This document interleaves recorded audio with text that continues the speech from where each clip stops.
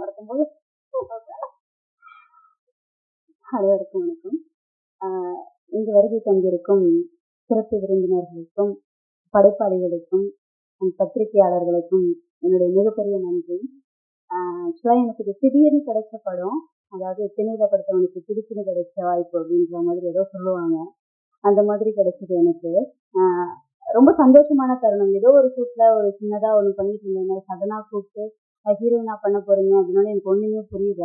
எனக்கு என்னோட ஒரு சின்னதா அது குடிக்கு எதிரான ஒரு படம் அப்படின்னு சொன்னாங்க. மது ஒழிப்பு அப்படின்ற மாதிரி.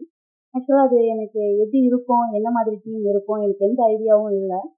ஃபர்ஸ்ட் வந்துட்டு இங்கேருந்து போனதும் ஹீரோவை பார்க்குறேன். அவர் ஒரு ப்ரஷ்ஷோட வந்து நிற்கிறாரு. எனக்கு இவர் தான் ஹீரோ அப்படின்றாங்க. ஓ அப்படியா? எனக்கு யாரும் அங்கே பழக்கம் இல்லை. நாங்கள் போன சூழலும் அப்படி.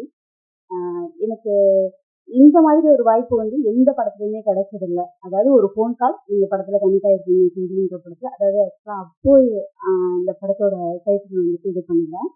சொல்லியிருக்காங்க, திடீர்னு போகிறேன். ஸோ இன்னும் அடுத்த ஒரு 1/2 மணி நேரம் 1/4 மணி நேரத்துலேயே அட்வான்ஸ் வந்து எழுது.